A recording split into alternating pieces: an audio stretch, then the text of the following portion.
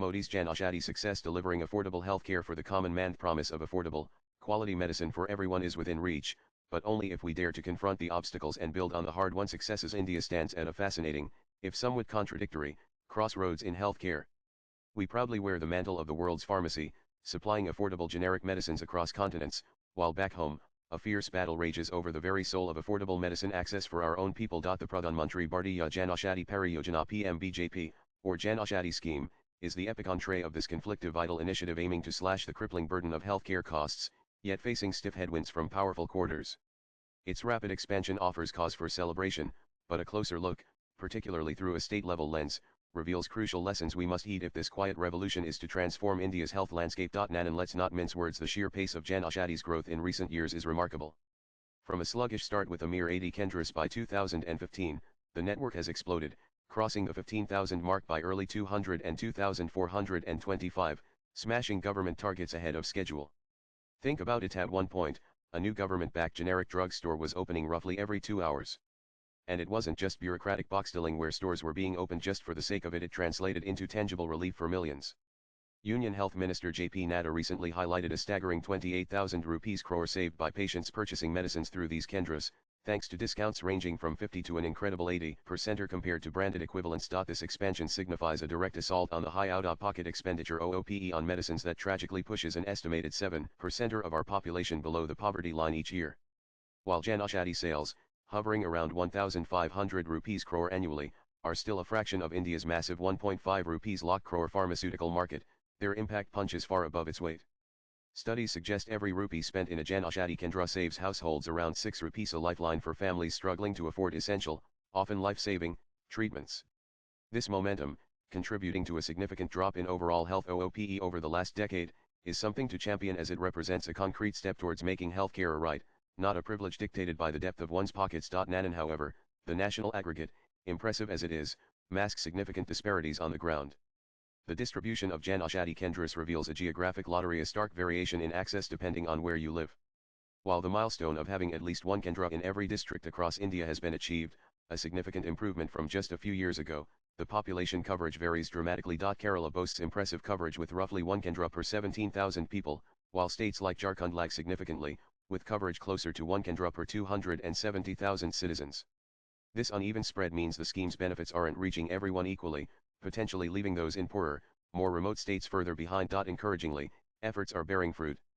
The focus on expanding into the 112 aspirational districts areas identified for accelerated development seems to be working. A significant proportion of these historically underserved districts now host multiple kendras, suggesting that government incentives to establish outlets in challenging areas are having some effect.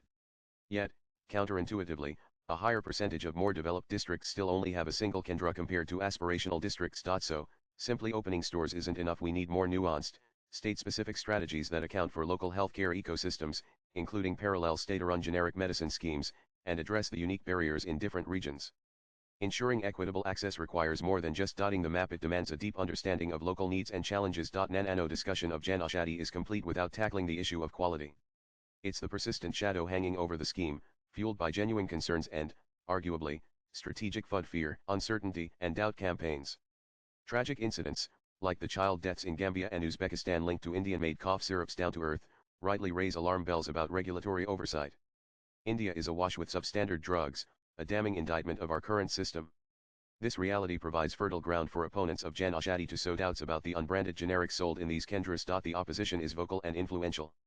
Ironically, the Indian Pharmaceutical Alliance (IPA), representing the generics giants who once fought multinationals using arguments about patient access, now resists the expansion of unbranded generics that threaten their lucrative branded generic market. They, along with parts of the medical fraternity like the Indian Medical Association (IMA), which fiercely opposed mandatory generic prescribing, often frame their resistance around quality concerns. Yet, organizations like the All India Drug Action Network (AIDN) argue that commercial interests are the primary driver, fearing that widespread acceptance of cheap, unbranded generics will bust the myth that only renowned brands are of good quality. The PMBJP scheme mandates procurement only from WHO GM-certified manufacturers and requires batch testing in NABL-accredited labs. While implementation fidelity is always a question, dismissing the entire scheme based on the broader regulatory failures, which affect branded drugs too, seems disingenuous. The battle here is as much about market share and profit margins as it is about patient safety. Nan Aushadhi's journey so far offers critical lessons for strengthening affordable healthcare across India.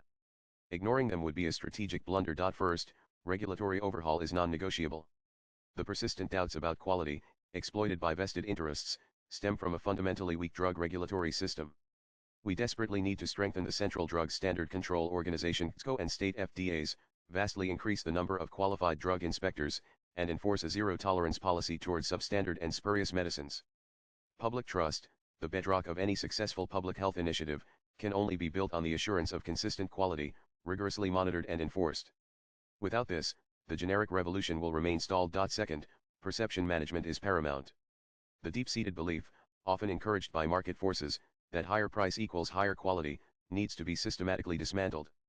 Sustained, high-profile public awareness campaigns are essential to build confidence in generic medicines.